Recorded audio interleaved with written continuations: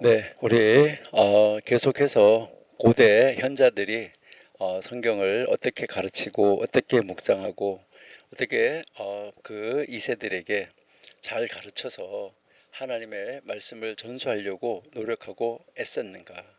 그들의 어떤 삶을 어떻게 살아서 그들이 그 후대들을 믿음의 사람으로 세워갔는가 하는 것. 그것을 지금 저희들이 공부하고 있습니다. 우리 계속해서 오늘도 우리 고대 현자들이 성경을 읽고 해석하고 그들이 남겼던 잠언들 그 하나하나 우리가 읽어보면서 우리들의 이제 성경 또 연결해서 성경 읽어보면서 우리도 어떻게 고대 현자들의 그 삶을 능가하는 삶, 그들보다 더 하나님적인 삶, 그들보다 더 성경적인 삶, 그들보다 더 믿음으로 사는 삶 살아내고 또 우리가 좋은 격언, 잠언을 많이 남겨서 하나님 말씀에 근거해서 그 말씀을 남김으로 말미암아 우리의 앞으로 이제 차세대에 살아갈 2세들에게 우리가 좋은 말들을 또 하나님의 말씀들을 좋은 교훈으로 어떻게 남겨놓을 수 있을까 우리도 고민하는 그런 시간들이 되시면은 참 좋겠습니다. 우리 잠시 기도하겠습니다. 하나님 감사합니다. 하나님이 우리 사랑하시고 도우셔서 하나님 안에서 하나님이 기뻐하는 삶, 하나님이 원하시는 삶 이루어내는데 부족함이 없는 하나님의 사람이 되게 해 주옵소서. 그리해서 하나님이 우리를 사용하시기를 원하시길 때 우리는 정말 하나님이 지혜를 주시는 그 지혜를 가지고 행동하는 신앙을 가지고 아버지 하나님의 일을 이뤄나갈 수 있는 자리가 되며 또한 우리 2세들에게 그 믿음의 본을 보여주는 삶, 또 우리의 믿음을 교훈으로 남길 수 있는 삶 살아내는 저희가 되게 하여 주옵소서.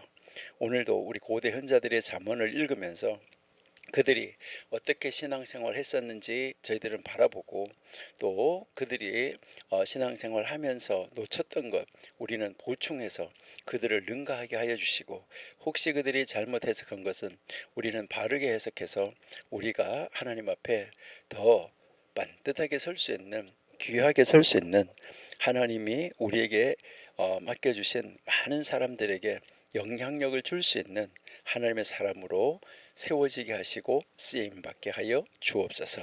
오늘도 함께 하심을 감사하며 예수님의 이름으로 기도드립니다. 아멘. 이제 우리 오늘 3장 7절 우리가 지난주에 하다가 이제 중단을 했었는데 오늘 우리 3장 7절 말씀 다시 한번 읽어보고 우리 공부하도록 하겠습니다. 크파르 하나냐의 선생 할라프타 벤 도사는 말한다.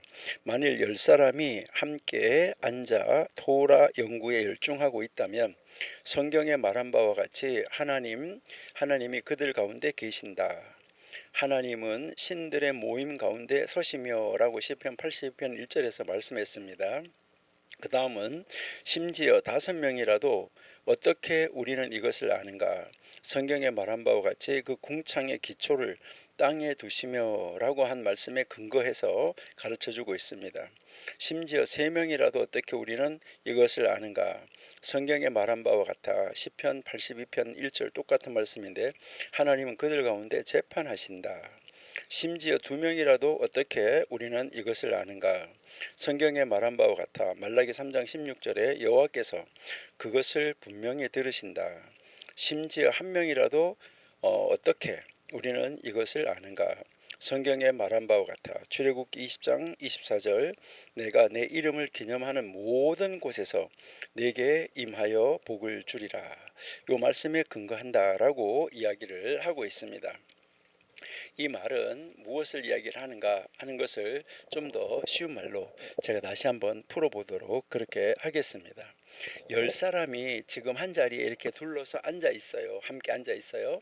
10명이 함께 이렇게 앉아 있으면서 그 10사람이 성경을 연구한다고 하면 그 성경을 공부하고 성경을 토론하고 하나님의 말씀을 이야기를 나누고 있다고 하면 성경에 말한 것처럼 하나님의 임재가 그들 가운데 있다. 그러니까 10명이 모여가지고 성경을 말하고 성경을 토론하고 성경 이야기를 하고 있으면 그 가운데 하나님이 함께 하신다. 이것을 이야기를 하면서 시편 82편 1절 이 말씀을 여기에서 이제 근거로 들어서 지금 이야기하고 있는 것을 우리가 볼 수 있습니다. 자, 그러면은 우리 시편 82편 1절을 한번 읽어 보시도록 하겠습니다. 시편 82편 1절.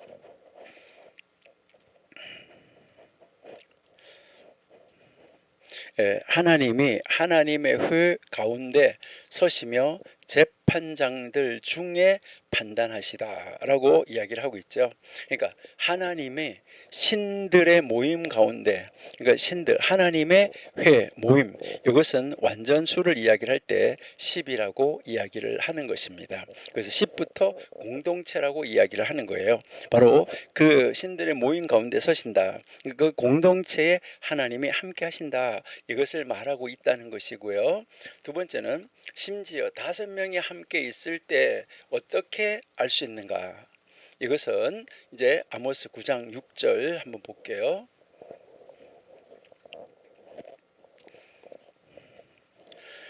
그 전을 하늘에 세우시며 그 궁창의 기초를 땅에 두시며 바다 물을 불러 지면에 쏟으시는 자니 그 이름은 여호와시라. 자, 여기에서 이렇게 보시면은 궁창의 기초를 땅에 두신다라고 여기서 이제 말씀하셨는데, 이 궁창의 기초를 땅에 두신다는 말은 무슨 말일까? 동서남북 중, 이게 5개의 기둥이 있다. 이제 이것을 이야기를 하고 있는 것입니다. 그래서 5명이 함께 있을 때도 하나님은 그 가운데 임재해 계신다. 이것을 이야기를 하는 것이고요. 그다음 3사람이면 어떻는가 할 때 이것은 시편 82편 1절 아까 읽었던 말씀인데, 자, 시편 82편 1절에 보시면은 82편 1절에 이제 회 가운데 한다 할 때는 열이라 그랬잖아요. 근데 재판장들 중에 계신다. 이것은 성부, 성자, 성령 그 삼위 하나님 재판장 가운데 계신다. 그러니까 3사람이 있으면 그 3사람이 하나님의 말씀을 토론하고 있으면 그 자리에도 하나님은 함께 하신다. 이것을 이야기하고 있는 것이죠. 그러면 2사람이면 그때 여호와를 경외하는 자들이 말하는데 어떻게 알 수 있느냐 했을 때 말라기 3장 16절이다라고 이야기를 했잖아요. 그렇죠? 말라기 3장 16절 한번 보실게요. 그때 여호와를 경외하는 자들이 피차에 말하며, 그러니까 피차 2사람 서로 쌍방간에 말하며, 여기서 하나님이 분명히 들으셨다 이렇게 이야기를 하니까 여기에 2사람이 모여서 하나님 말씀을 이야기를 하고 의를 행하고 은혜를 나눌 때 여기에도 하나님은 분명히 듣고 계신다. 이것을 이야기를 하고 있는 것이죠. 그럼 한 사람이라면 어떠냐 그랬잖아요. 그죠? 그래서 출애굽기 20장 24절 한번 보실게요. 출애굽기 20장 24절. 내게 토단을 쌓고 그 위에 너의 양과 소로 너의 번제와 화목제를 드리라. 내가 무릇 내 이름을 기념하게 하는 곳에서 네게 강림하여 복을 주리라. 여기서 너가 단수지요.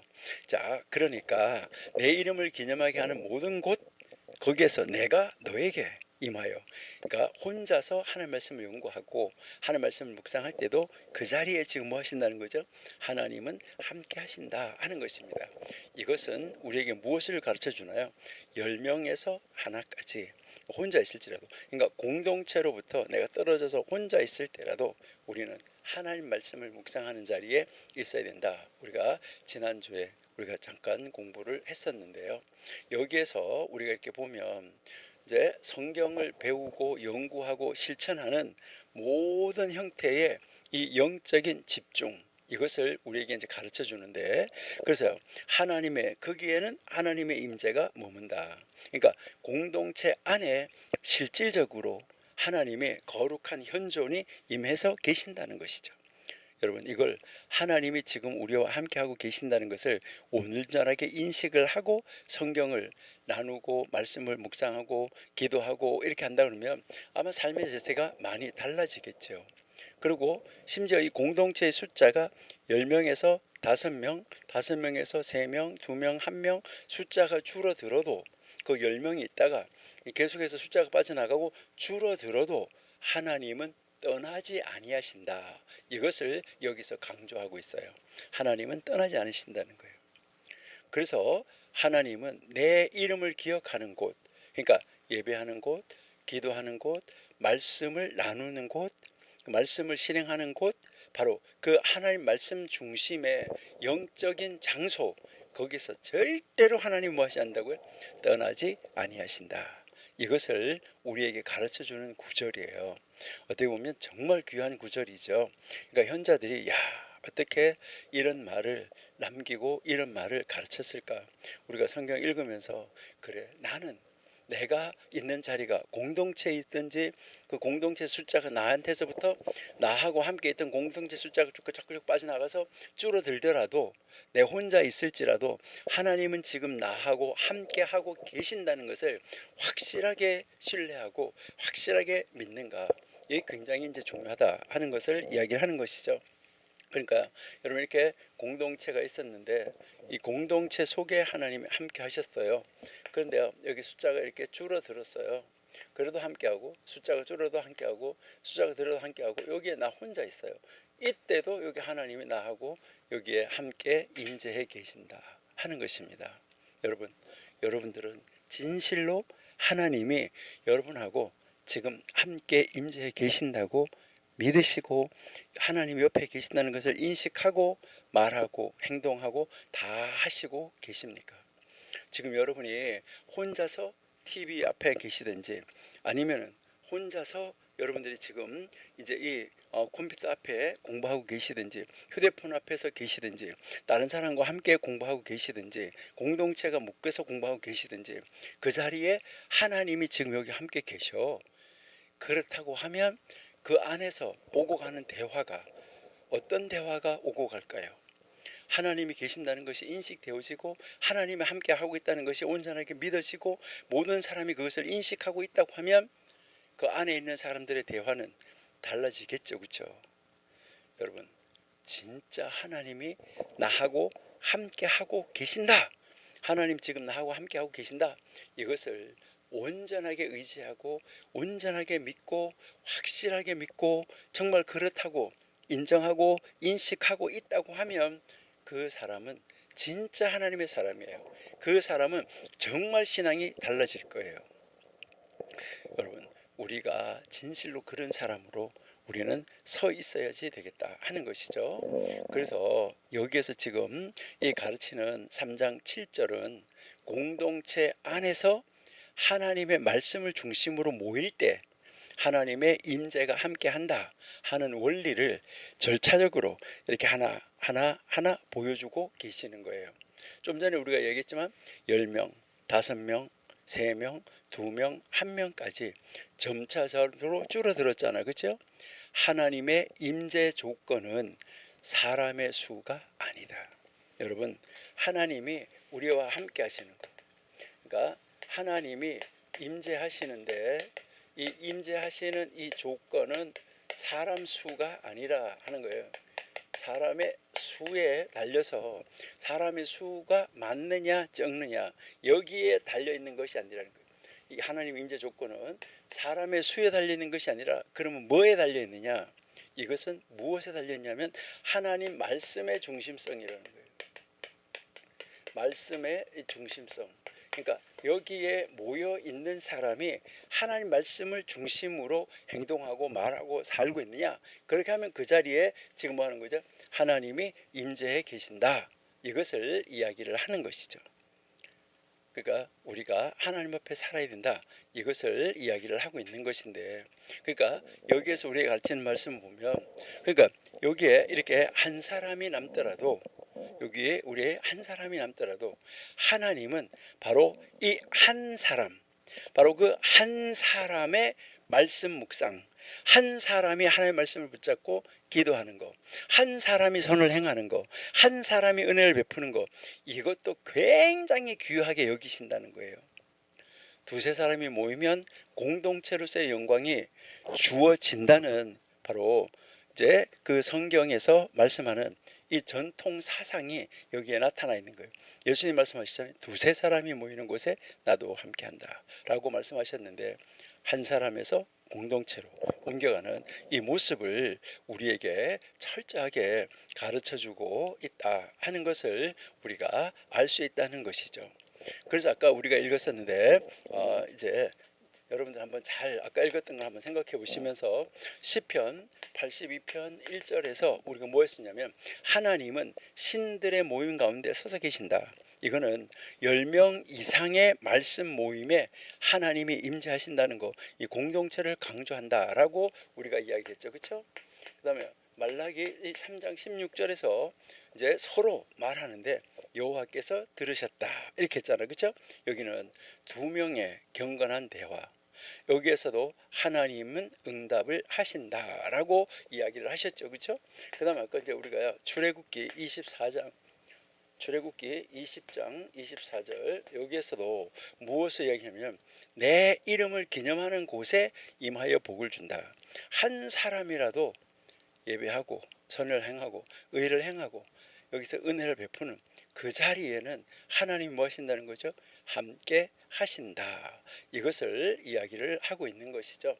그 다음 이제 마태복음 18장 20절에도 두세 사람이 내 이름으로 모인 곳에 나도 그들 중에 있다.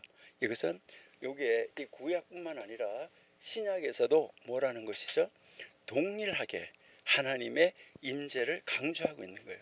여러분, 하나님의 임재가 있어야지 돼요. 쉐키나, 그러니까 하나님의 쉐키나인데 하나님이 임재가 이 자리에 임해야 되는 거예요. 여러분 옆에 하나님이 임재에 계셔야 돼요. 그러니까 여러분이 가는 곳에 하나님이 항상 임재에 계시다는 거, 이것을 인식하셔야 돼요. 우리는 하나님 없는 것처럼 살아가는 많은 사람들을 봐요. 그런데 우리는 하나님 앞에서의 삶, 그게 아빠 지금 코람데오 말씀하셨는데요, 정말 하나님 앞에서의 삶이 너무너무 중요하다. 이것을 우리에게 지금 가르쳐주고 있어요. 그러면 여기에서 우리에게 가르쳐주는, 그러면 이 가르침은 무엇일까? 우리 한번 찾아봐야 되겠죠, 그렇죠? 여기에서 이 지금 3장 7절이 우리에게 가르쳐주는 이 신앙적인 교훈은 무엇일까 하는 거예요. 여기 이 교훈은, 이 첫 번째가 무슨 교훈을 우리에게 주고 있냐면, 지금 우리가 얘기하는 하나님 임재잖아, 그렇죠? 예, 이 하나님의 임재, 하나님이 그 함께 임재해 계시는 것은, 여기에 하나님이 임재해 계시는 것은 규모가 크냐 작냐, 이 규모가 아니라는 거예요. 규모가 아니라 무엇에 달려있대요? 중심이 뭐냐, 여기에 마음의 중심이 뭐냐, 여기에 달려있다는 거예요. 그러니까 숫자가 아니라 말씀이 임한 자리에 하나님이 임하신다는 거예요. 그러니까 서로 말씀을 통하고 있을 때 그 말씀이 임한 자리에 함께 하나님이 임하신다. 그래서 한 사람의 말씀 공부, 두 사람의 서로 나누는 영적 대화, 이것도 하나님은 지금 뭐 하신다는 거죠? 아주 귀하게 바라보신다. 이것을 우리에게 가르쳐 주고 있습니다. 우리는 이제 이 말씀을 통해서, 이 가르침을 통해서, 이 고대 현자의 잠언을 통해서 공동체는 말씀을 중심으로 모일 때 교회가 되는 것입니다. 여러분, 교회가 장사하는 무리가 되면 안 되는 것이요. 그러니까 단순한 교제의 만남이 아니라는 것이죠. 여러분, 말씀과 기도가 있는 모임이 진짜 하나님의 공동체다. 그게 진짜 교회다. 이것을 우리에게 가르쳐주고 있습니다. 그래서요, 가정예배, 그리고요 소그룹, 제자훈련, 이런 거, 이거 다 이제 이 규모와 관계없이 말씀 중심의 모임을 뭐 하라는 거예요? 귀하게 여기라는 거예요. 여러분, 우리가 아이고 교회가 뭐 조그만 가지고, 이거 아닙니다. 소그룹, 가정교회, 뭐 우리 제자훈련, 이런 거 다 규모와 관계없어요. 하나님 말씀 중심의 모임이냐 아니냐, 이것이 중요하다고 이 현자가 가르쳐주고 있습니다. 그래서 이야기하는 것이 바로 뭐예요? 한 사람까지 내려가잖아요. 이 현자가요. 단 한 사람일지라도 말씀을 묵상하고 기도하는 자리에 하나님은 그 자리에 그와 함께 하신다. 여러분, 여기서 우리가 가르치는 것은 예배당 안에서만 함께 하시는 것이 아니라 예배당 밖에서도 말씀과 함께하는 자리, 바로 그 자리가 하나님과 함께하는 자리다. 그리고 하나님과 함께하는 자리마다 하나님의 복이 임한다. 이것을 여기서 가르쳐주고 있는 것입니다. 그래서 이것을 우리가 다시 한번 생각하면 하나님의 임재는 바로 뭐라는 거죠? 하나님의 임재, 바로 이 하나님의 임재는 사람의 수가 아니라, 바로 이 사람의 수가 아니라 말씀을 향한 사람의 마음에 달려있다. 이제 이 하나님의 말씀을 향한 인간의 마음이 지금 하나님의 말씀을 향하여 있느냐, 여기에 달려있다. 이것을 우리에게 이야기하고 있다 하는 것이죠. 그래서 이것을 한마디로 딱 이야기를 하면 하나님의 임재의 조건이 뭐라고요? 하나님 말씀 중심의 모임, 혼자든 둘이든 셋이든 다섯이든 열이든 말씀 중심의 모임, 그 자리에 하나님이 임재하신다. 하나님의 임재의 조건은 하나님의 말씀이 중심이다. 이것을 이야기를 하고 있는 것이죠.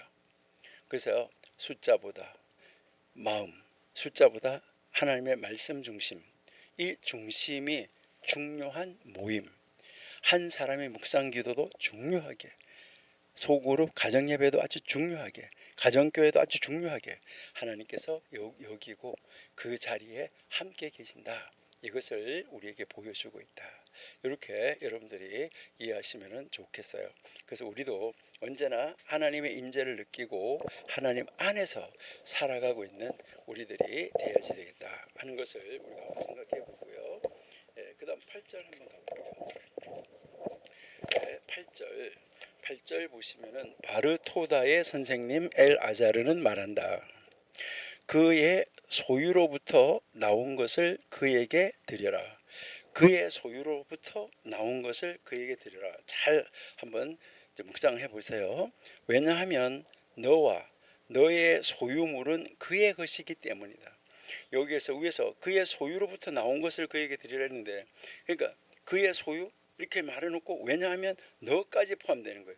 너와 너의 소유물은 그의 것이기 때문이다. 그리고 다윗은 이렇게 말했습니다. 이게 이제 역대상 29장 14절인데 모든 것이 주께로 말미암아 싸우니 우리가 주의 손에서 받은 것으로 주께 드렸을 뿐이니이다. 이 말씀을 근거로 이 말씀을 했다는 이야기인데요. 자, 여기에 이 엘아자르 선생님, 이 현자가 말한 내용을 이야기를 하는데 다시 한번 쉬운 말로 한번 해볼게요. 그분의 것으로부터 그분께 드려라. 이 무슨 말이에요? 너 거가 아니고 그분의 것으로부터 그분께 드려라. 그럼 내 거 안 드려도 되네? 이 말 아니죠. 왜냐하면 너 그리고 너가 가지고 있는 소유물 모두가 다 하나님의 것이기 때문이다. 그러니까 하나님의 것으로부터 온 것이니까, 그러니까 우리가 하나님께 드린다는 것은 내 걸 드리는 것이 아니라 하나님의 것으로부터 하나님께 드리는 거예요. 근데 여기서 뭐라고 말했냐면 이 선생님이 왜냐하면 너 그리고 너의 소유물 모두 하나님 거야. 이 말 무슨 말이에요? 하나님으로부터 왔다는 거예요. 그래서 다윗이 이렇게 말했다. 역대상 29장 14절 우리 같이 한번 읽어볼게요. 역대상 29장 14절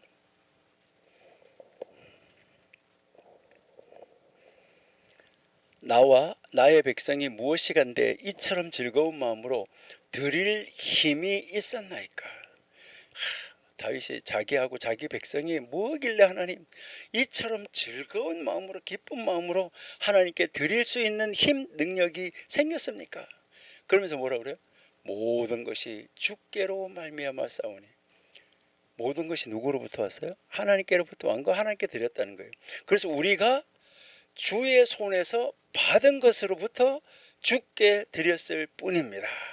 근데 그걸 하나님께서 칭찬해 주셨다. 이것을 이야기를 하는 거잖아. 그렇죠? 그러니까 여기에서 보면 그것으로부터 하나님으로부터 왔다 하는 이 소유 개념, 여러분 나의 생명, 나의 시간, 나의 재능, 나의 재물, 그리고요 나 자체 모든 것이 누구로부터 온 거예요? 하나님으로부터 왔다. 저는요 이 선생님의 가르침 참 훌륭하다 한 거예요. 이게 다 지금 다윗이 성경에서 말하고 있는 거잖아요. 역대상 29장 14절에서. 그래서 너도 그리고 너의 것도 바로 그 하나님의 것이야. 하나님께서 인간 존재와 인간이 가지고 있는 소유 모두 그 모두의 뭐가 된다는 거예요? 하나님이 주인이 되시는 거야. 이것을 여기서 철저하게 보여주고 있다. 이것을 이야기를 하는 것이죠. 여러분 우리가 정말 하나님이 이렇게 하시는구나 하는 것을 우리가 볼 때마다 하나님 감사합니다. 하나님이 나한테다가 주시고 그것을 가지고 드리는데 내가 드렸다고 말씀해 주시네요. 놀라운 말씀이죠. 여러분 바로 이 말씀이 이 8절 말씀은 전적인 청지기 정신을 가르쳐 주는 거예요. 그러니까 내 것이 아니라 내가 뭐 했다는 거죠? 위탁받았다는 거예요. 내가 하나님으로부터 위탁받았다는 거. 우리 창세기 1장 26절부터 한번 읽어볼까요? 창세기 1장 26절. 하나님이 가라사대 우리의 형상 따라 우리의 모양대로 우리가 사람을 만들고 그로 바다의 고기, 공중의 새, 육축, 온 땅과 땅에 기는 모든 것을 다스리게 하자 했을 때 여기서 이 다스리다는 말이 왕으로서 통치하다는 말이 아니에요. 이거를 관리한다는 말이에요. 그러니까 하나님이 우리에게 맡겨주신 것을 뭐 한다고요? 관리한다는 거예요. 그러니까 그 관리하는데 바르게 관리해야 되는데 우리는 관리가 아니라 개발이라는 측면으로 자연계를 다 파괴시켰기 때문에 지금 이 자연이 우리를 오히려 위협하고 있는 이런 상황까지 가 있는 거예요. 자, 28절 봐요. 하나님이 그들에게 복을 주시며 그들에게 이르시되 생육 번성 땅에 충만 정복하라 고기 공중 새 땅에 움직이는 모든 것을 다스리라. 똑같아요. 여기에 하나님이 이거를 우리에게 복으로 준 거예요. 그러니까 모든 것의 주인이 누구라는 거예요? 하나님이에요. 그러니까 여기 오늘 이제 우리 현자들의 잠언 아보트 3장 8절에서 이야기하는 것도 바로 뭐예요? 내 거가 아니라는 거예요. 청지기 정신을 강조하는 거예요. 여러분 청지기는 위탁받아서 관리하는 거예요. 위탁받아서 다스리는 거예요. 그러니까 여기서 우리가 생각해야 되는 것은 내가 가지고 있는 것은 내 것이 아니라 주인이 따로 있고 나는 이것을 관리하는, 그러니까 이것을 다스리는, 하나님 나에게 다스릴 수 있는 권세를 줘서 다스리는 뭐가 됐다는 거죠? 청지기로서의 사명을 감당해야 된다. 이 말은 무슨 말이냐면 우리 사람들이 자기가 가지고 있는 것, 자신의 것이라고 생각하는 모든 것, 자기 거라고 생각하는 모든 것, 시간, 돈, 재능, 생명, 명예, 자, 이 모두가 다 하나님께서 우리에게 뭘 준 거냐? 위탁해 주셨다. 그러니까 맡아서 다스리도록 관리하도록 해 주셨다. 이것을 우리에게 이야기하고 있는 것입니다. 그래서 우리가 지금 하나님께 드리는 예물이나 우리가 지금 하고 있는 하나님 앞에 드리는 헌신이나 이것은 본래 다 누구 거였다는 거예요? 하나님의 것이었다는 거예요. 그러니까 하나님의 것으로부터 하나님 앞에 드렸다는 거예요. 그러니까 본래 하나님의 것을 하나님께 돌려드리는 행위일 뿐이라는 거예요. 주인이 가져와 하면 원래 그냥 줘야 되죠. 그래서 조금 전에 읽었던 바로 이 역대상 29장 14절에서 다윗의 고백이잖아요. 다윗은 뭐예요? 왕이었잖아요. 그런데 왕이면서 정말 예배자였었어요. 그러니까 정말 겸손한 신앙 고백으로 지금 이 다윗 왕이 자기가 드리는 이 모든 본질, 이 다윗 왕이 하나님 앞에 드리는 이 모든 본질은 하나님, 내가 하나님 앞에 드리는 이 소유는 내가 주인이 아니라 소유의 주인은 바로 하나님이십니다. 이것을 인정하는 것이죠. 그러니까 다윗은 내가 가지고 있는 모든 것의 주인은 하나님이십니다. 이것을 고백하는 거예요. 여러분들은 여러분이 가지고 계시는 거 다 하나님의 것이라고 인정하십니까? 그럼 하나님이 가져와라, 내가 쓰겠다 할 때 우리는 뭐 해야 되는 거죠? 예, 여기 있습니다, 가져가십시오. 이렇게 우리가 말을 할 수 있어야 되겠죠. 여러분들은 지금 그렇게 하나님의 것이라고 생각하고 하나님 앞에 여러분들은 잘 드리고 사용하고 계십니까? 놀라운 것을 우리가 볼 수 있는 것이죠. 그러니까 우리가 주께 드린 것은 하나님의 손에서 내가 받은 거예요. 이것을 이야기하는 거잖아요. 그리고요, 나의 능력으로 이 재물을 얻었다 하지 말라라고 신명기에서 이야기하고 있는데, 다시 한번 볼까요? 신명기 8장 17절. 신명기 8장 17절. 예, 또 드렸건대 네가 마음에 이르기를 내 능과 내 손의 힘으로 내가 이 재물을 얻었다 할까 하노라. 자기 힘으로, 그렇죠? 자, 18절. 내 하나님 여호와를 기억하라. 그가 너에게 재물 얻을 능력을 주셨다. 이같이 하심은 너 열조에게 맹세하신 언약을 오늘과 같이 이루려 하심이라. 자, 그래서 19절.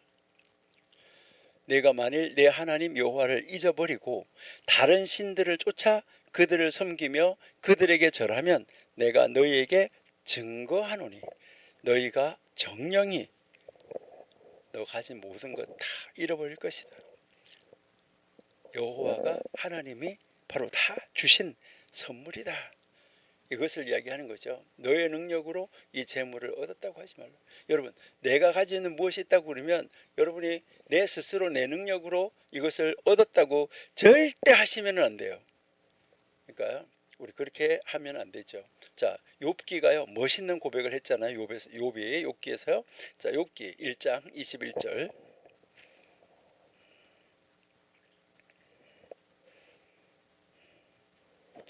가로되 내가 모태에서 적신이 나와 싸운즉 또한 적신이 그리로 돌아가올지라. 주신 자도 여호와시요 취하신 자도 여호와시니 여호와의 이름이 찬송을 받으실지리라. 여러분, 다 잃어버린 다음에 이야기하는 거잖아요. 주신 이가 여호와, 가져가신 이도 여호와. 이건 뭘 말하는 거죠? 모든 것의 주인이 누구라는 거예요. 하나님의 소유권을 인정하고 내가 가지고 있는 모든 것은 하나님의 것이에요 하고 고백하는, 바로 신앙의 고백과 마찬가지다. 이것을 우리에게 가르쳐 주는 것이죠. 자, 그러면 이제 우리는 어떻게 살아야 될까? 자, 그래서 우리가 이 말씀을 보면 우리는 어떻게 살아야 될까? 그래서 이건 아까 이야기했던 거 똑같아요. 우리는 첫 번째 청지기로 살아야 돼요. 청지기로 살아야 되는데 어떤 청지기? 겸손한 청지기여야 돼요. 여러분, 겸손한 청지기. 뭐 내가 관리 잘하고 있어 교만하면은 안 돼요. 그러니까 우리가 가진 것은 하나님의 소유라는 것을 기억하고 헌신할 때 뭐 해야 되죠? 내가 이렇게 할 수 있도록, 헌신할 수 있도록, 드릴 수 있도록 하나님이 이렇게 주셔서 하나님 너무 감사해요, 이렇게 하는 것이죠. 그래서 이 겸손한 청지기는 하나님 앞에 드릴 때, 헌신할 때 뭘 하냐면, 뭐 이야기하면 감사로 드리는 거예요. 감사로. 그러니까 억지로 이런 것이 아니라 너무너무 감사해서, 야, 나한테 이렇게 했구나. 그래서 여기서 중요한 것이 바로 뭐죠? 헌신할 때 자랑이 아니라 감사다. 이것을 이야기를 하고 있는 것이죠. 그래서 그다음 이제 여기서 이제 우리에게 가르치는 것이 또 뭐냐 하면, 우리가 하나님 앞에 예배하는 것, 이것은 바로 무엇을 말하느냐?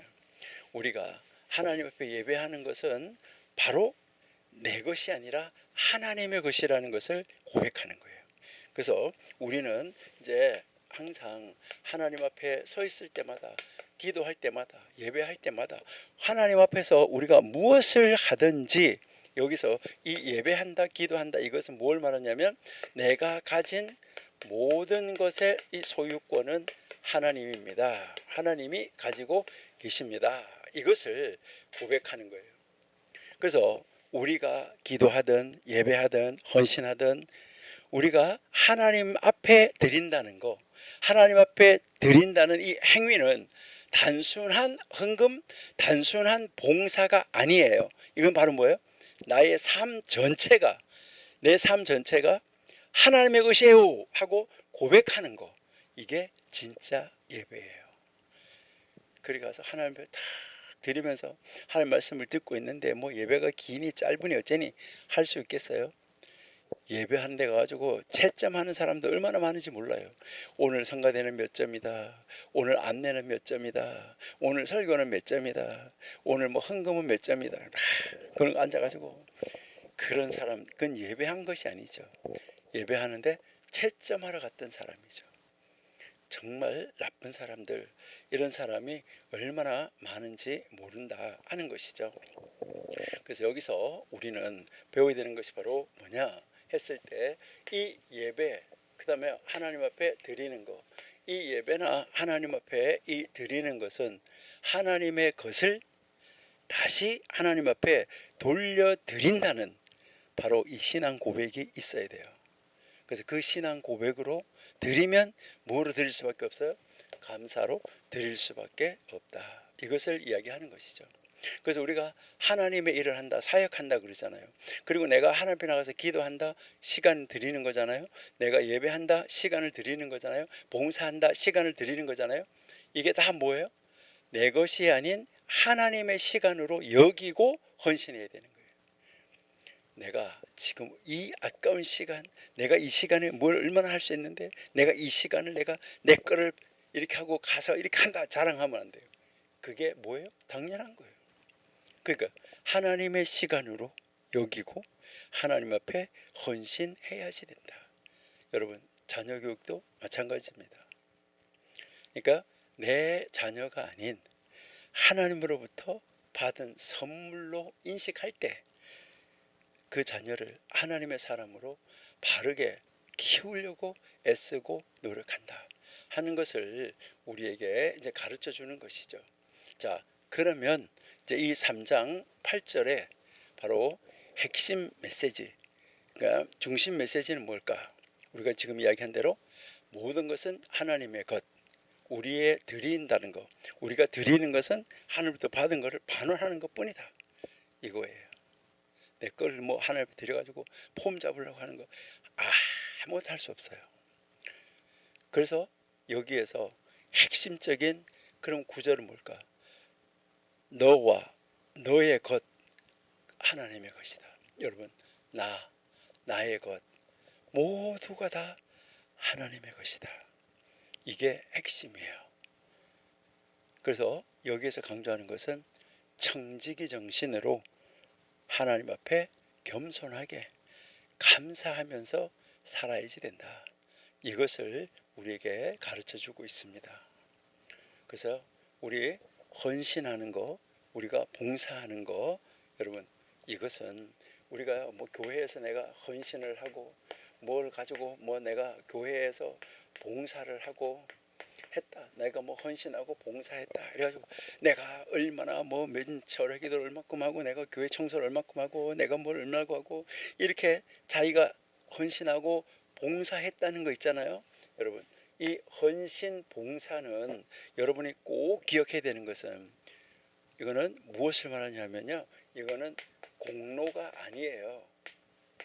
우리는 이걸 가지고 막 공로로 내세워가지고 내가 뭘 했어요, 40일 금식 기도를 몇 번 했어요, 뭘 몇 번 했어요, 이 공로하는 거예요. 공로 아니에요. 공로가 아니라 우리는 뭐가 돼야 돼요? 하나님의 것으로 하나님 앞에 드렸어요 하는 고백이어야 돼요.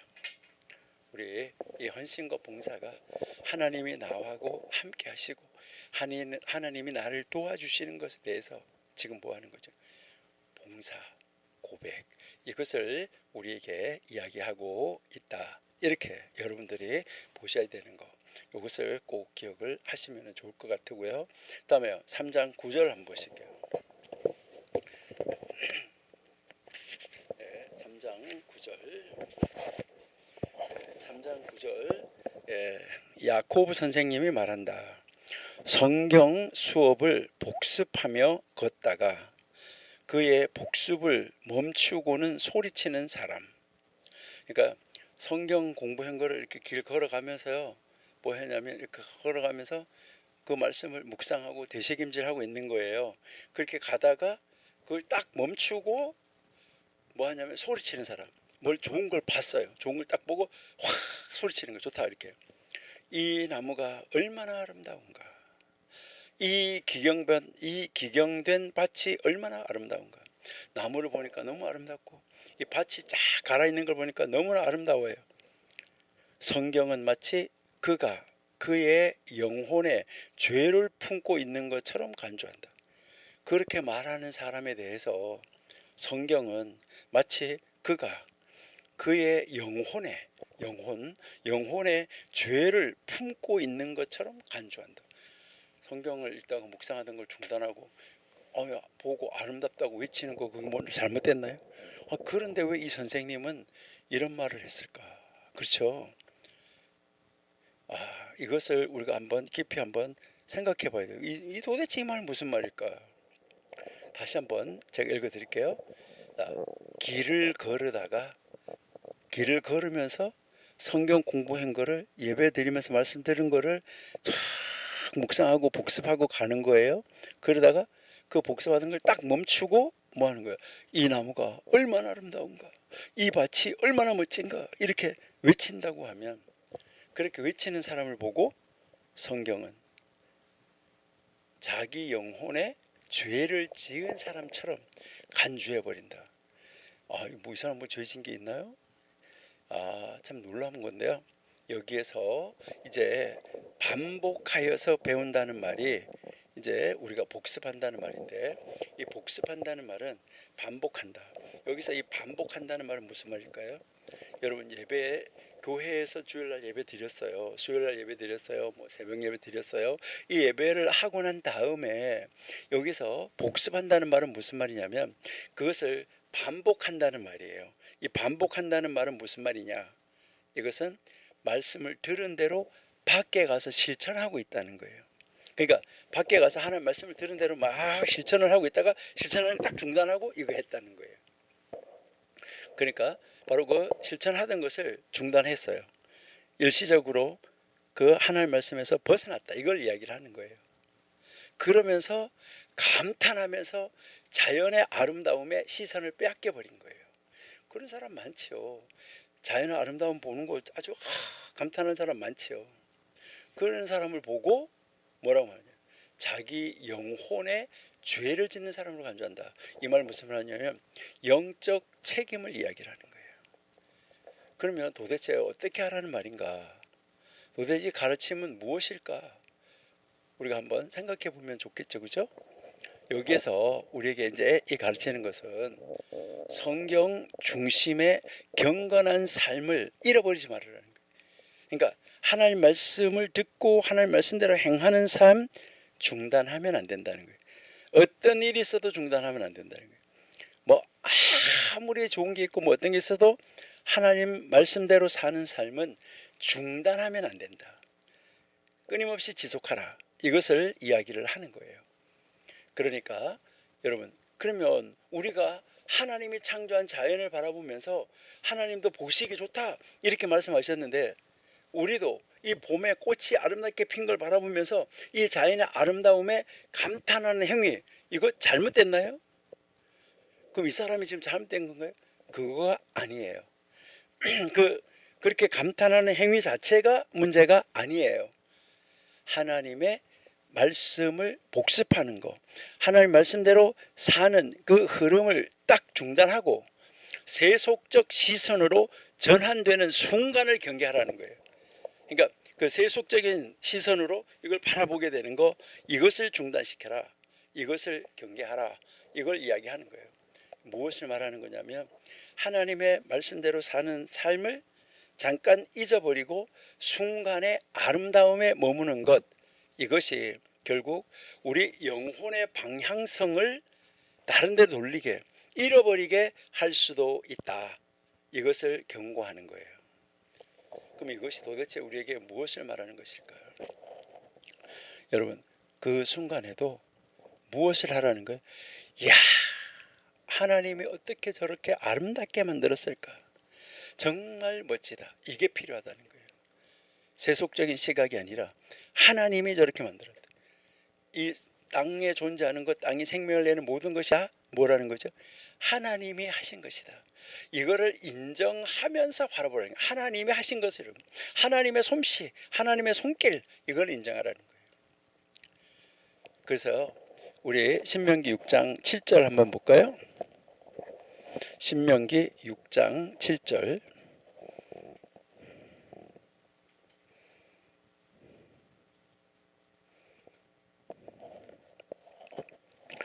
신명기 6장 7절. 내 자녀에게 부지런히 가르치며 집에 앉았을 때든지 길에 행할 때든지 누웠을 때든지 일어날 때든지 이 말씀을 강론할 것이며, 자, 여기 보니까 뭐라고 말하냐면 길에서 행할 때도 라고 이야기를 하고 있는 것이죠. 그러니까 하나님의 말씀, 이 하나님의 말씀을 우리의 삶의 흐름 속에서, 우리의 삶의 과정 속에서 이 하나님의 말씀이 중단되어지고 다른 데로 시각을 돌리면 안 된다는 거예요. 그 흐름 속에서 하나님의 말씀은 계속 지속하라 하는 명령이에요. 시편 1편 2절 우리 너무 잘 알죠? 한번 보실게요. 시편 1편 2절. 오직 여호와의 율법을 즐거워하여 그 율법을 주야로 묵상하는 자로다. 여러분, 하나님의 말씀을, 토라를, 성경을 즐거워해서 그 하나님의 말씀을 주야 끊어짐이 없이 묵상하는 자, 이것을 이야기를 하고 있어요. 여러분, 고대 근동 문헌에 브라호트라는 책이 있어요. 그 브라호트라는 책에 보면 뭐라고 나오냐면 세상의 존재는, 세상의 모든 존재하는 이 존재는 성경 공부하는 것으로 유지된다, 이렇게 이야기하고 있어요. 그래서 성경 공부, 말씀의 묵상, 이거를 중단하는 것은 존재 자체의 균형을 흔들 수 있다. 이거 정말 무서운 말이죠. 그러면 여기에서 우리에게 이 가르치는 교훈은 무엇일까 했을 때, 여러분 여기서 우리가 한번 배워야 될 교훈은 바로 뭐냐면, 이제 우리 첫 번째 지금 이야기했던 대로 뭘 말하냐면, 우리는 이 경건이 흘러가고 있는데 이 경건의 흐름이 중단되면 안 돼요. 중단하지 마라. 그러니까 계속해서 지속돼야 된다. 그래서요, 이제 이 말씀을, 우리가 하나님의 말씀을 배우고 실천하는 것, 이 배우고 실천하는 것, 이것을 중단하면 안 된다, 이것을 이야기를 하는 것이죠. 그래서 이것을 중단한다는 이야기를 여기서 뭐라고 표현하는 거냐면 마음을 빼앗기는 거예요. 그러니까 어떤 것에 마음을 빼앗기는 것. 자, 이것을 지금 이야기하는데, 그래서 이 경건한 습관이 끊겨지고 방향을 잃어버릴 수 있다는 거예요. 그렇게 됐을 때 그러면 어떻게 해야 되냐? 이 자연을 이렇게 바라보는데 너무 아름다워요. 그랬을 때 이 자연을 보고 아름다워하는 거 잘못된 거 아니에요. 그래서 아까 이야기했지만은 뭐라고요? 거기에 팍 빠져가지고 하나님 말씀 잊어버리는 것이 아니라, 하나님 얼마나 아름답게 지으셨는가. 야, 하나님이 이 꽃을 어떻게 이렇게 지었을까. 여러분들이 식탁에 앉아서 과일을 먹으면서도 야, 어떻게 과일을 이렇게 만들어 놨을까. 아니 이건 왜 씨는 이렇게 만들어 놨을까. 야, 진짜 하나님 어떻게 이렇게 가지각색으로 씨 맺는 종류대로 하나님 말씀하신 대로 그렇게 만들어 놨을까. 이거 하라는 거예요. 중단하지 말고, 야, 하나님이 정말 창조하신 세계 볼수록 아름답다. 여러분, 그러한 우리가 어떠한 것이 우리에게 보여지고 우리에게 귀에 들려지고 이렇게 할 때도 뭐 하라는 거예요? 하나님 중심의 반응으로 보여주라는 거예요. 하나님 중심으로 모든 것을 반응할 때도 하나님 중심으로 반응을 보여라. 이렇게 살 수만 있다고 하면 얼마나 좋겠어요. 정말 이 선생님도 이렇게 살았으면 좋겠다라고 이야기를 하는 거예요. 우리가요 옆에 있는 친구를 바라보면서도요, 야 멋있는 친구를 바라볼 때 정말 하나님이 정말 멋있게 잘 만들었다. 그리고 뭐 어떤 사람이 이렇게 뭐 하는 걸 보고 야 저 사람 어떻게 저렇게 지혜 있어. 하나님이 정말 저 사람에게 귀한 지혜를 주셨구나. 성막을 만들 때도 하나님께서 지혜를 주신 자를 하나님 사용하시도록 만들었잖아요. 여기에 우리가 배워야 되는 것은 여러분 말씀 묵상하거나 기도하거나 예배할 때 여러분 요즘에 교회 안에서 예배하는데 앉아가지고 휴대폰 보고 있는 사람 많아요. 목사님이 설교하는 게 맞나 틀리나 이런 거 체크하고 이거요 그 사람 예배하는 걸까요? 예배, 말씀 묵상, 기도 중에 스마트폰, 감정, 외부의 환경으로부터 집중이 흐트러지는 거 이거 철저하게 중단해야 돼요. 이거 철저하게 막아야 돼요. 예배할 때 정말 예배에 집중해야 돼요. 예배할 때 앞에 앉아있는 그 앞에 이렇게 기둥 있는 데 가서 싹 숨어가지고 하나님 목사님 안 보이겠는데 이런 데 딱 가려지는데 그런 데 딱 앉아가지고 꾸벅꾸벅 좋을 거면 뭐 타러 교회 와요? 하는 말씀 듣지도 않은 거예요. 안 오는 것보다 낫겠지 그죠? 여러분 그래서 우리는 이 아름다운 풍경을 보고 우리의 일상을 보고 우리 날마다 감탄해야 돼요. 이것은 무엇을 말하는 거죠? 감탄을 창조주 하나님께 돌리는 연습을 하라는 거예요. 하나님 감사합니다. 내 눈을 열어서 이 아름다운 것을 보게 하시네요. 여러분 아무리 아름다운 게 있어도 못 보게 하면 또 못 보는 거잖아요. 그리고 여기에서 우리에게 이제 이 예배 중에 집중력이 흐트러질 때 빨리 중심을 회복하고 마음을 하나님의 말씀에 고정시키는 훈련을 해라. 이것을 이야기를 하는 거예요. 이렇게 살 수 있다고 하면 정말 좋겠죠. 여러분 식사하시면서 밥을 먹으면서도 여러분들이 이제 하나님이 이 밥을 우리에게 주셨다. 하나님이 땅에서 식물이 자라나게 하셨다. 뭐 씨를 누가 뿌리고 누가 물을 주고 뭐 누가 물 주고 그것이 그렇게 했지만 그것이 자라나게 하고 꽃을 피게 하고 열매를 맺게 하시는 분은 누구예요? 하나님이다. 이것을 신약성경에서도 계속 가르쳤잖아요. 그러니까 우리도 우리의 모든 일상의 삶 속에서 우리의 마음은 하나님, 우리의 마음은 하나님 말씀에 고정시켜 놓고 모든 것을 바라볼 때도 그러니까 식탁에서 야 하나님 이 쌀이 밭에서 자라나게 하고 그거를 베서 농부하는 추고서들 이렇게 해서 달란트를 그들에게 주셔서 우리가 지금 먹고 있구나. 나는 그 농부들을 위해서 어떤 일을 하고 있나. 서로가 이제 힘을 합쳐가지고 한 사람은 이것 한 사람은 이건 하면서 우리 서로가 세워가는 것이잖아. 그렇죠? 네, 이런 삶을 살아야 된다. 이것을 가르쳐주고 있는 이 현자들의 이게 지금 내용이고 잠언이에요. 그러니까 지금 이 3장 9절이 우리에게 가르치고 있는 것은 말씀 공부하는 중에는 이제 어떤 방해 요소가 찾아온다고 빨리 절단하고 말씀으로 빨리 돌아서야 된다는 거예요. 말씀을 공부하는 것을 방해하는 것은 경건의 흐름을 깨뜨릴 수 있다. 그러니까 조심해라. 이것을 이야기를 하고 있는 거죠. 그래서 여기에서 핵심적으로 우리에게 가르치는 이 구문은 마치 자기 영혼의 죄를 지은 자처럼 여긴다. 하나님 말씀을 끊어버리면 그렇게 된다는 거죠. 그래서 우리는 하나님 말씀 공부, 예배, 기도, 찬양 여기에 집중하고 거기에 분별해야 되고 하나님 중심으로 감탄을 해야 돼. 뭘 바라볼 때도. 그리고 우리는 하나님의 말씀을 따라서 삶에 하나님 말씀을 실천하는 것. 이 경건의 흐름은 바로 우리가 지켜야 할 생명의 길이에요. 영적 생명의 길. 그래서 이것을 잘못하면 영혼의 죄를 지은 자처럼 여긴다라고 말을 하는 거예요. 여러분 우리 경건의 흐름은 중단되시면 안 돼요. 우리가 지켜야 할 생명의 길이다. 이거 여러분들이 꼭 기억을 하시면은 참 좋겠다. 이렇게 이제 생각이 됩니다. 자, 그러면 우리 3장 10절 한번 보실게요. 자, 3장 10절.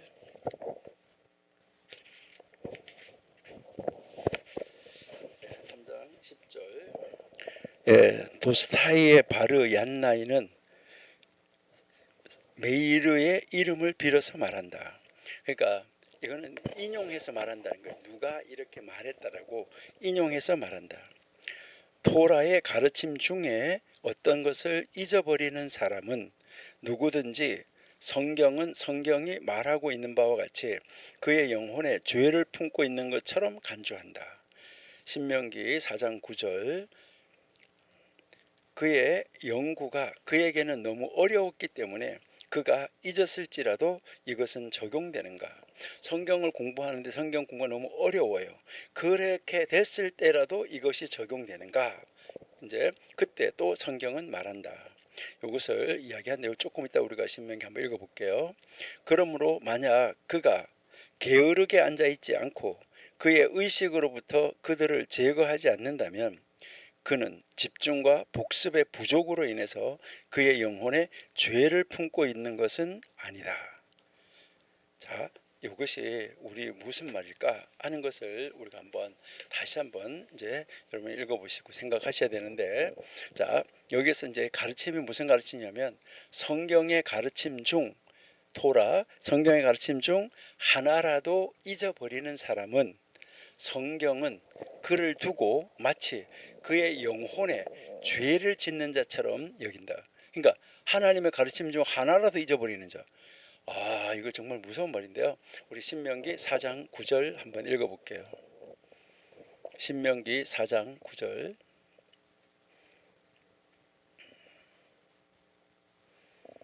오직 너는 스스로 삼가며 내 마음을 힘써 지켜라. 네 마음을 힘써 지켜라. 두렵건대 내가 그 목도한 일을 잊어버릴까? 하나님 말씀 잊어버릴까 하노라. 두렵건대 내 생존하는 날 동안에 그 일들이 너 마음속에서 떠날까 하노라. 하나님 말씀이 너는 그 일들을 내 아들들과 내 손자들에게 알게 해라 라고 말합니다. 여기에서 우리가 보면 오직 너는 스스로 삼가고 내 마음을 힘써 지키라. 그리고 너가 눈으로 본 것을 잊지 말고 살아있는 동안 그 일이 너의 마음에서 떠나지 않게 하라 하는 말씀이에요. 그러나 이 경고는 일부러 잊으려고 마음에서 제거했을 때만 적용된다. 공부가 어렵거나 노력했음에도 자연스럽게 잊어지는 경우에는 죄가 되지 않는다. 그러니까 이제 우리가 이렇게 공부를 하는데 어려워가지고 또 하다 보니까 잊어버렸어요. 이거는 죄가 아니라는 거예요. 근데 여기서 말하는 건 일부러 잊어버리려고 마음에서 제거했을 때 죄가 된다. 이것을 이야기하는 거예요. 그러니까 이 말은 무슨 말이냐면 잊어버리는 자, 이것은 무의식적 망각 이런 것을 이야기를 하는데 일부러 잊어버리는 거, 이것을 이야기를 하는 거예요. 그래서 하나님의 말씀을 암송하거나 이 공부한 내용을 내가 뭐 이렇게 했지만 이렇게 살아가지고 되겠어? 이 세상에서 그렇게 살다 보면 쫄딱 망해. 이렇게 하는 거, 이거 일부러 잊어버리려고 하는 거예요. 그의 영혼에 대해서 책임을 지는 사람, 도덕적, 영적 유죄 판결을 받는다는 거예요. 그것을 마음에서 제거, 의도적으로 어떻게 그렇게 살아? 이거라는 것이죠. 요거 안 되는 일이다. 이것을 지금 이 선생님이 이 현자가 우리에게 가르쳐주고 있는 말입니다. 여러분, 여기에서 우리에게 지금 이 가르치는 것은 무슨 말이냐면 성경을 공부하는 사람은 단순하게 배우는 것으로 끝나는 것이 아니라는 거예요. 배우는 것으로 끝나는 것이 아니라 그 하나님의 말씀을 어떻게 해요? 마음에 새기고 기억하고 그것을 그대로 내 안에 있는 것을 바깥으로 표현해서 행하는 책임을 져라. 이것을 이야기를 하는 거예요. 근데 거기다 그렇게 하다가 우리가 어떨 때 뭐 하나님을 잊어버리려고 하는 게 아닌데, 성경을 잊어버리려고 한 게 아닌데 그대로 살려고 하는 거, 잊어버리가 아니고 그렇게 하는 거. 그러니까 단순한 망각은 죄가 아니다. 의도적으로, 내가 의도적으로 알아요, 그렇게 하면 안 된다는 거 알면서 그렇게 하면 이 세상에서 나만 손해다, 요것 때문에 의도적으로 관심을 끊고 하나님의 말씀을 흘려보내는 태도, 이것은 죄가 된다. 여기에 선을 이렇게 딱 그어준 거예요. 이것은 바로 하나님의 말씀의 공정성, 그리고 하나님의 말씀을 향한 의지, 이 태도, 이것이 이거냐 하는 이 차이를 판단 기준으로 삼는 하나님의 이 섬세함을 우리에게 잘 가르쳐주는 그런 이 고대 현자들의 이 잠언의 이 말이다. 이렇게 여러분이 이제 보시면 되겠어요. 그래서 이제 좀 전에 우리가 신명기 4장 9절 읽었는데, 여기에서 보니까 뭐라고 말하냐면 내 마음을 힘써 지키라, 그리고 잊지 말라, 잊어버릴까 하노라 이랬잖아요. 이것은 무엇을 말하냐면 기억의 이 책임과 세대 전수의 의무를 이야기를 하는 거예요. 그리고 우리 시편 119편 11절 한번 읽어볼게요. 시편 119편 11절.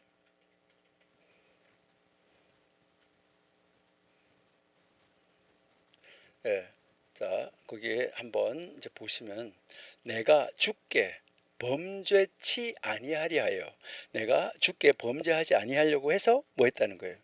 하나님 앞에 범죄하지 않으려고 뭐 했다는 거죠? 하나님의 말씀을 마음에 두었다, 이렇게 이야기하잖아요. 여러분, 여기서 하나님의 말씀은 어디에다가 두라고요? 마음에 기억하고 간직하는 자세, 이것이 필요하다 하는 것이죠. 그 다음에 잠언 3장 1절 한번 볼게요. 잠언 3장 1절. 내 아들아, 나의 법을 잊어버리지 말고, 하나님의 법을 잊어버리지 말라. 마음으로 나의 명령을 지키라. 행동인데 마음으로 지키라. 여러분, 마음에 있어야 행동을 할 수 있어요. 여러분, 이 하나님의 말씀을 기억하고 마음에 두는 거, 이게 바로 뭐냐? 경건의 시작이다. 이것을 우리에게 가르쳐주는 말씀입니다. 히브리서 2장 1절 한번 보실게요. 히브리서 2장 1절.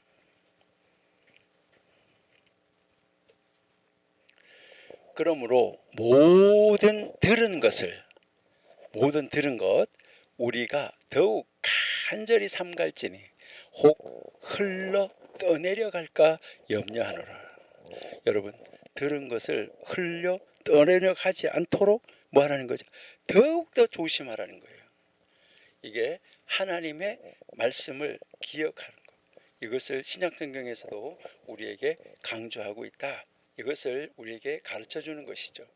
그러면 우리는 이제 이 조상 현재 그 현자들의 잠언 3장 10절을 통해서 또 여러분들 한번 생각해 보셔야 돼요. 우리가 배워야 될 교훈은 뭘까? 여러분, 그러니까 그냥 듣고 흘려보내는 거 아니라 그랬잖아 지금, 그렇죠? 그러니까 그냥 듣고 그런 거 있구나, 좋은 말이 있었어, 이렇게 하고 그냥 흘려보내는 것이 아니라는 거예요. 그러면 여기 이 말씀을 통해서 우리가 배우고 또 우리가 적용해야 될 그러할 교훈은 어떤 것이 있을까? 이 교훈은 무엇일까? 자, 이 첫 번째는 하나님의 말씀은 기억되어야 된다. 여러분, 하나님의 말씀, 이제 우리는 하나님의 말씀을 이제 마음에 기억하도록 애써야 된다. 그래서 마음 위에 둬야 된다, 마음에 새겨야 된다, 이렇게 이야기하잖아요. 이 말은 무슨 말이냐 하면은, 여기서 이 말은, 이는 하나님의 말씀은 단순한 지식이 아니라는 거예요. 단순한 지식으로서 가지고 있는 것이 아니에요. 그러니까 지식이 아니라 이 하나님의 말씀을 가지고 있는 것은 하나님과의 언약이에요. 하나님과의 이 언약. 그래서 이 하나님과의 언약을 지켜야 된다는, 하나님의 언약을, 하나님과 나의 언약이기 때문에 이 언약은 뭐 해야 되는 것이죠? 충실해야 돼요. 언약에 대해서 충실해야 된다. 이 언약을 아주 충실하게 지켜내야지 된다. 이것을 우리에게 가르쳐주고 있다 하는 것이죠. 여러분, 여기에서 이제 문제가 또 뭐가 되냐면, 근데 이 말씀을 기억을 했어요. 그런데 기억을 하려고 하는데 어떻게 하다 보니까 자연스럽게 망각하거나 잊어버려졌어요. 그래서 여기서는 뭐 이제 잊어버렸다, 이게 문제는 아니에요. 잊었다 하는 바로 이 결과, 하나님의 말씀 잊어버렸네 하는 이 결과가 아니라, 잊어버릴 수 있어요. 이 결과의 문제가 아니라 뭐 하려고 하는 거죠? 의도적으로 피하려고 하는 거. 하나님 말씀에서 이렇게 하는데 나는 이렇게 해야지 하면서 의도적으로 잊으려고 하는 의도, 잊으려는 의도, 이것이 뭐라는 거죠? 문제다. 이것을 이야기를 하는 거예요. 그러니까 이 하나님의 말씀을 잊어버리려고, 자기가 아예 잊어버리려고 하는 이 의도, 이것이 굉장히 이제 문제라는 거죠. 그러니까 이 잊어버리려고, 참 하나님이 그렇게 하는데 이 세상에서 어떻게 그렇게 살아, 이렇게 하는 거, 이것이 문제다. 그러니까 여기서 이야기하는 건 무엇을 이야기하면은, 우리는 뭐 할 수 있어요? 우리가요, 뭐 하나님의 말씀 열심히 읽고 열심히 하는데 그 세상에서 열심히 살다가 보니까 우리의 삶 속에서 어떨 때는요, 잊을 수 있는 경우가 수다하게 나타날 수 있어요. 그런데 그때마다 하나님, 이렇게 하고 하나님 앞에 돌아오면은 그게 최고예요. 그런데 외면해버리는 거, 아예 무관심해지는 순간, 이게 문제라는 거예요. 여러분, 하나님의 말씀도요, 하루 안 읽고 이틀 안 읽고 3일 안 읽고 이러면 나중에는 자꾸 무관심해져요. 기도도 하루 이틀 자꾸 안 하면 무관심해지고 안 하게 되는 거예요. 이게 문제라는 거예요. 그래서 이제 우리가 여기서 다시 하나 또 배울 수 있는 것은 뭐냐면, 우리는 하나님의 말씀을 공부하는 사람은, 하나님의 말씀을 공부하는 사람,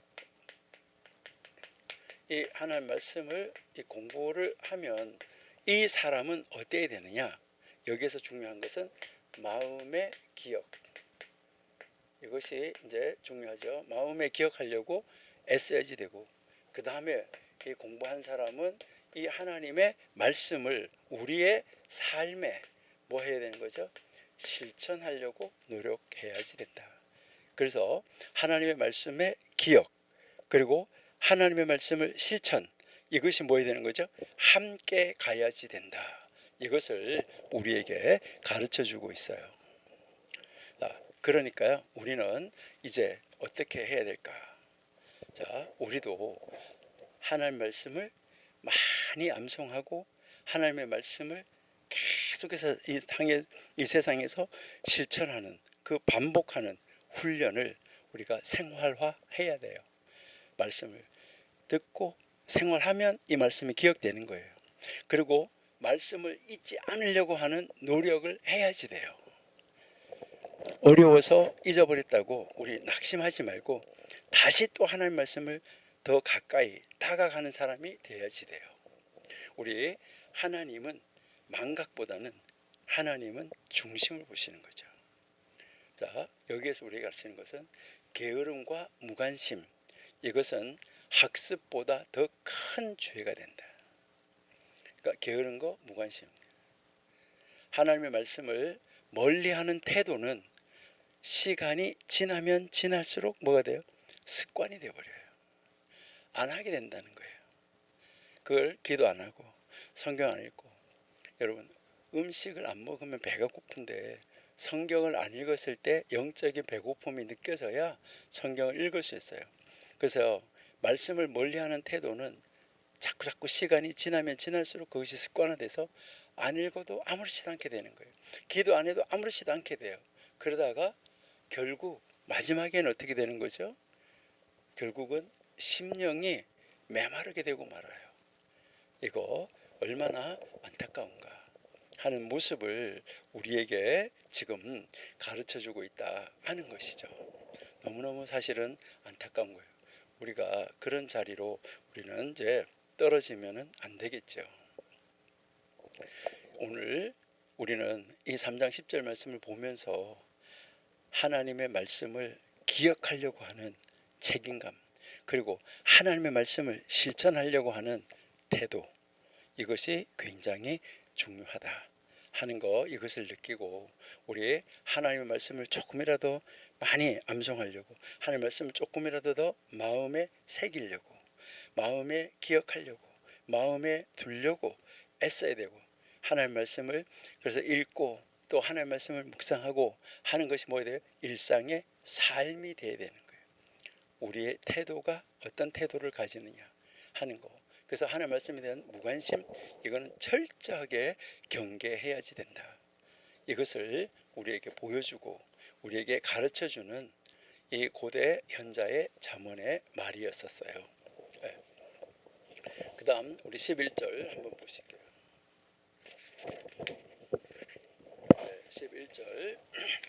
11절 보시면은 벤도사는 말한다.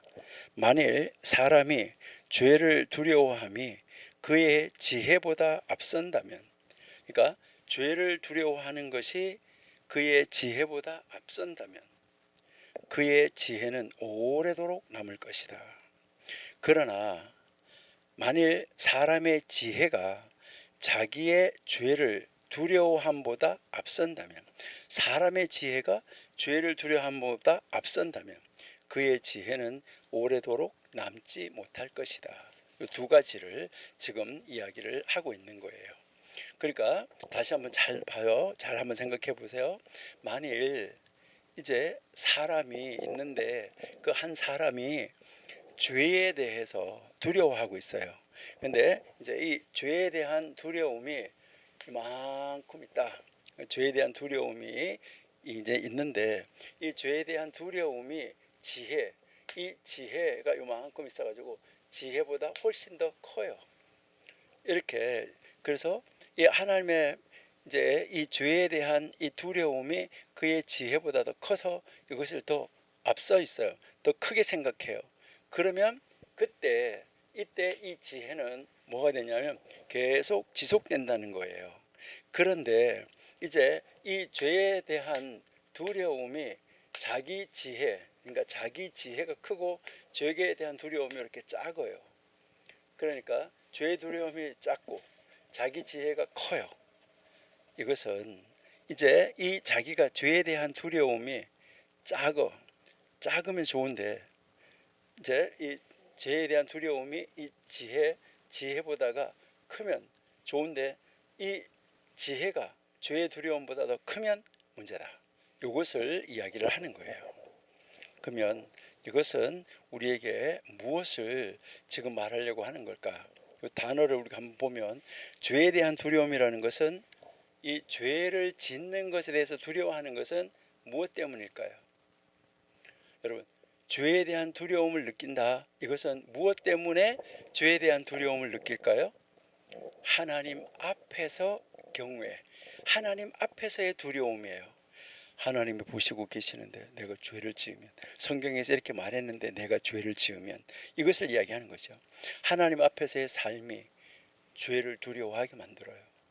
하나님이 나를 보시고 계시기 때문에, 하나님 나 임재해서 하나님 내 옆에 계시기 때문에 죄에 대해서 두려움이 커질 수밖에 없어요.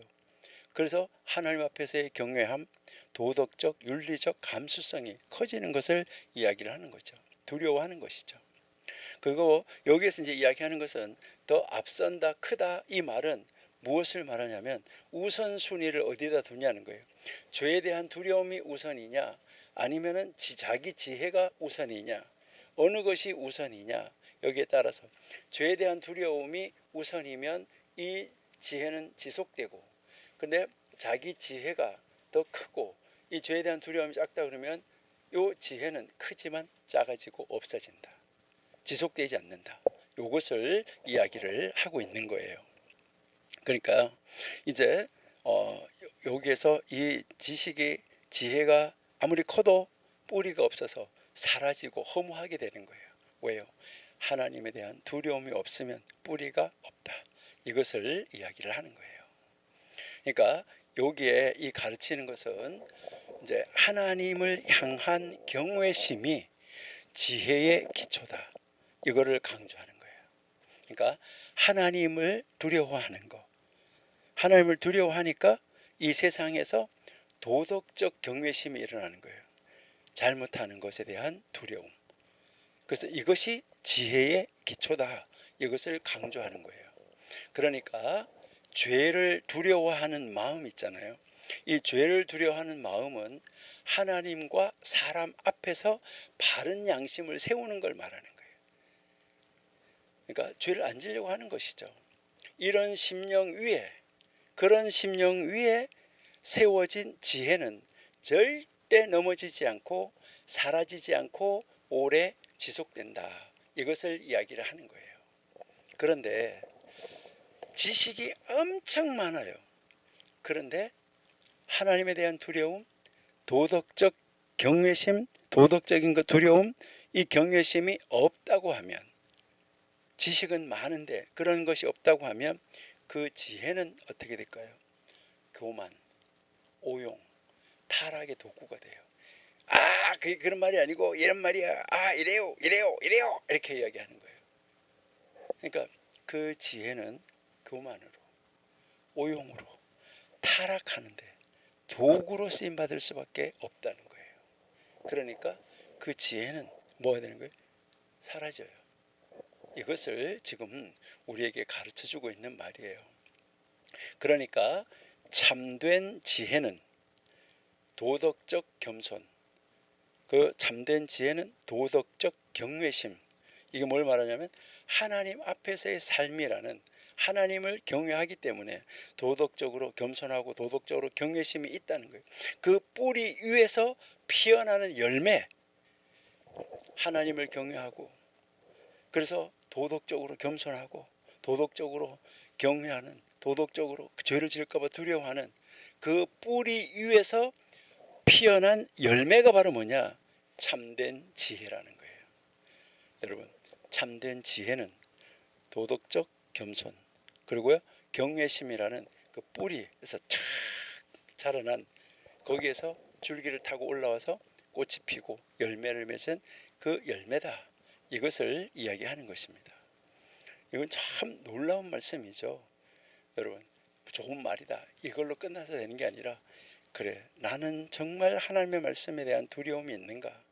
나는 정말 도덕적인 죄, 이런 죄들에 대해서 두려움이 있는가? 여러분 한번 생각해 보셔야 되죠.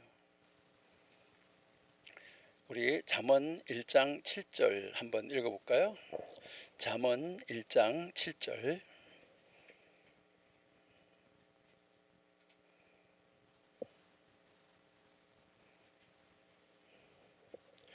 네, 여기 보시니까 여호와를 경외하는 것이 지식의 근본이거늘. 여러분, 여호와를 경외하면 도덕적 경외가 따라와요. 지식의 근본이거늘 미련한 자는 지혜와 훈기를 멸시한다.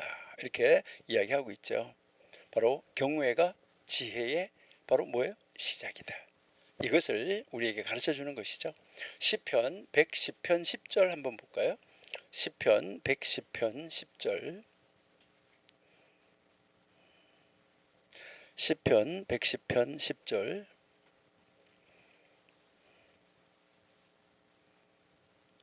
없어요? 7절 끝이에요. 예. 예. 여기에 이제 우리 한글 성경하고 조금 차이가 있어서 이제 그래서 그런데요. 길가에 시냇물을 마시고 그리고 그것을 인하여 이제 이제 머리를 드신다. 그렇게 그 이야기를 하는데, 이 말은 하나님을 경외하는 것이 지혜의 근본이라고, 이것을 우리에게 가르쳐 주고 있는 그런 말, 이것을 여러분들이 한번 생각하시면 좋겠어요. 여러분, 여기에서 우리가 배워야 될 교훈은 무엇일까? 여러분, 하나님을 두려워하는 마음에서 지혜가 자란다. 이거 우리 꼭 기억하셔야 돼요. 자, 하나님을 두려워하는 마음, 그러니까 하나님을 경외하는 마음, 하나님을 경외하고 하나님 말씀을 따르는 삶 속에서 말씀을 따르지 못할까봐, 말씀을 지키지 못할까봐, 말씀이 하지 말라는 것을 하게 될까봐, 말씀이 하라는 것을 하지 못할까봐, 이것을 가지고 두려워하는 그런 마음 있으면 여기에서 뭐가 자라요?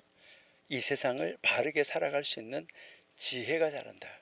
이것을 우리에게 가르쳐 주고 있습니다.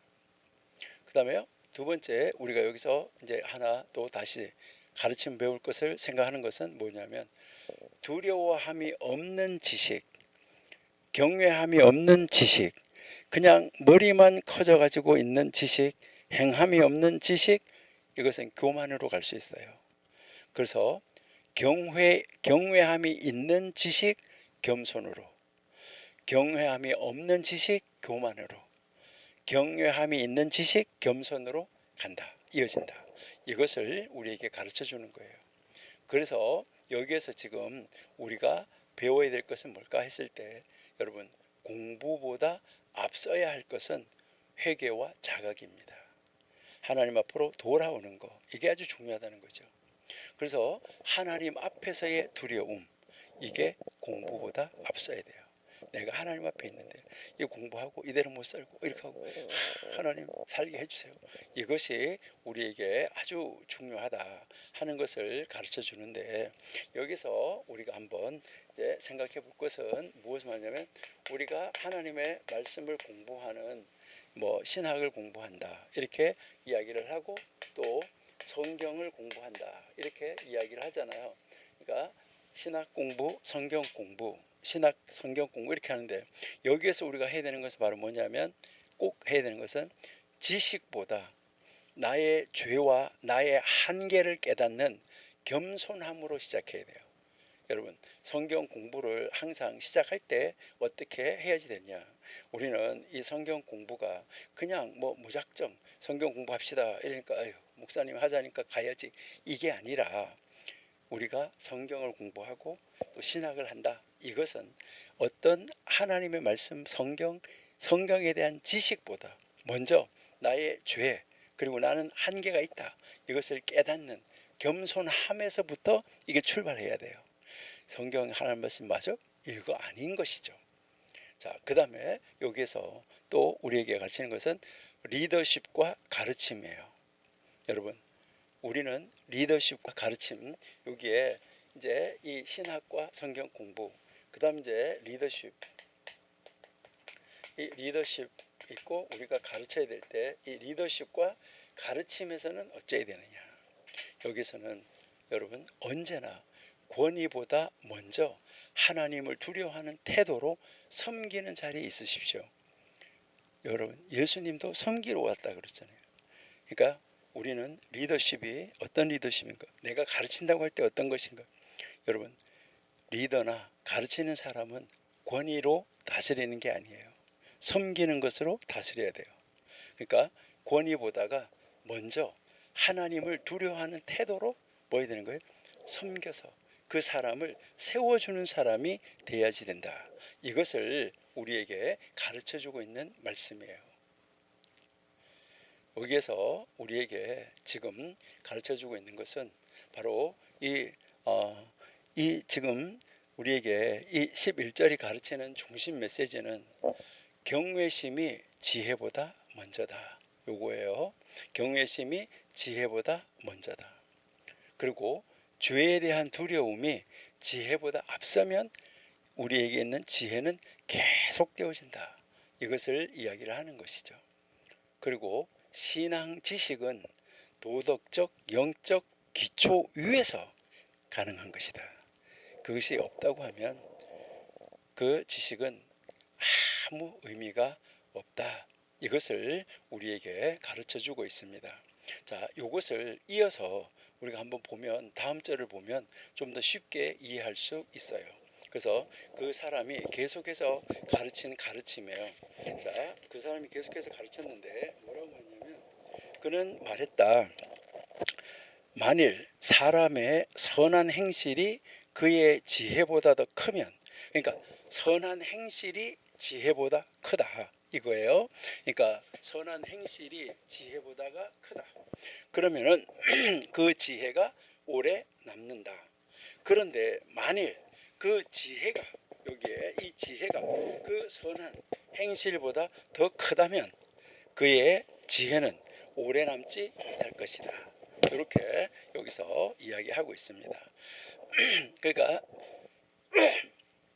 죄송합니다. 이 말은 무슨 말이냐면, 만일 행실이 행함이 그의 지혜보다 많아요. 아는 것보다 더 많이 행해. 그러니까 아는 것보다 행하는 것이 더 크다는 것이죠. 그러면 그의 지혜는 계속 지속되는데, 그런데 지혜가 행실보다 크다.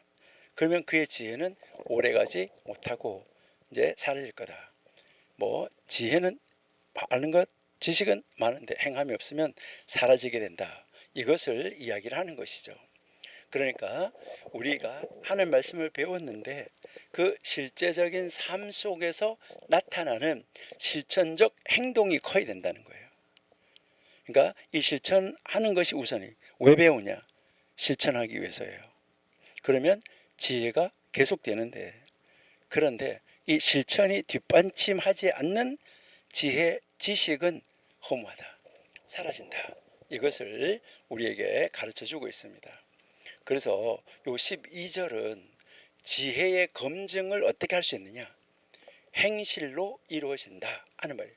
지혜가 참 지혜가 있나? 없나? 이것을 어떻게 검증할 수 있냐? 행실로 이루어지냐? 자기가 아는 대로 행하냐 하지 않느냐. 그러니까 실제의 이 삶 속에서 실천으로 열매를 맺을 때 그 지혜는 진짜다 이것이고, 근데요, 실천이 따르지 않는 지식, 이것은 공허한 이론에 불과하다. 결국 그것은 신뢰를 잃고 그 지혜, 그 지식은 사라질 것이다. 이것을 이야기를 하는 것입니다. 그래서 지혜가 많을수록 더 많이 실천해야 그 무게를 견딜 수 있다. 그래서 선생 되기를 꺼려하라 라고 이야기를 하죠. 우리 야고보서 1장 22절 한번 보실게요. 야고보서 1장 22절. 너희는 도를 행하는 자가 되고 듣기만 하여 자신을 속이는 자가 되지 마라. 여러분, 말씀을 행하는 자가 되어야 되는데 말씀을 들어서 공부해서 자신을 속이는 자, 행동하지 않음으로 말미암아 속이는 자가 되지 말라. 이것을 이야기를 하고 있고요. 그리고요, 마태복음 7장 24절 한번 보실게요. 그러므로 누구든지 나의 이 말을 듣고 행하는 자, 그 집을 반석 위에 지은 지혜로운, 행함이 있으면 지혜로워요. 자, 26절. 나의 이 말을 듣고 행하지 아니하는 자는 그 집을 모래 위에 집은 어리석은 자다. 이렇게 말을 하는 것이죠. 그래서 공부하는 것이 중요한데 뭐가 더 중요하다고요? 실천하는 것이 더 중요하다. 이것을 우리에게 가르쳐 주고 있어요. 이 12절이 이건 11절하고 그대로 연결되는 거예요. 그러니까 말로 하는 믿음보다 삶으로 드러나는 믿음이 진짜다. 여러분, 입으로 하는 요 믿음, 입으로 하는 말씀 지식, 이거가 아니라 우리의 삶에서 행동으로 드러나는 믿음, 이것이 진짜다. 실천 없는 지식은 무력하고 실천 있는 지혜는 세상을 변화시킨다. 이것을 가르치는 말이에요. 그래서 우리가 이 진리의 무게는 책상 위에서 나타나는 것이 아니라 삶의 현장에서 증명된다. 우리 진리의 이 무게가 우리는 책상 위에서 나타나는 게 아니고요, 삶의 현장에서 나타난다. 정말 놀라운 말이죠. 여러분, 성경 공부 후에 한 구절이라도 실천에 옮기는 삶으로 연결시키려고 애쓰고 노력해야 되는 거예요. 그래서 교회 사역은 어때요? 우리가 교회 사역에서 가르치는 자일수록 먼저 행하는 본을 보여주는 사람이 돼야지 돼요. 그리고 지식이 많을수록 더 낮아지고 더 많이 섬기는 사람이 돼야지 돼요. 더 많이 적용하는 사람이 돼야지 돼요. 그게 진정한 지혜자가 되는 것이다. 이것을 우리에게 가르쳐 주고 있는 거예요. 여러분, 이것이 가르치는 것은 지혜는 무엇으로 증명된다고요? 지혜는 행실로. 행실이 지혜보다 많으면 그 지혜는 계속해서 커간다. 지속된다. 그래서 우리는 지혜자, 우리의 오늘 이 현자들의 가르침을 우리가 보고 성경을 우리가 찾아봤는데 우리는 말보다 행동으로 빛나는 사람 되자 이거예요. 여러분 우리 말보다가 우리 행동으로 빛나는 사람, 그래서 하늘의 별과 같이 빛나는 존재가 되는 여러분들이 될 수 있기를 소망합니다. 기도하겠습니다. 하나님 감사합니다. 우리 안다고 말하는 것이 아니라 행동하는 사람이 되게 해 주옵소서. 예수님의 이름으로 감사하며 기도드립니다. 아멘.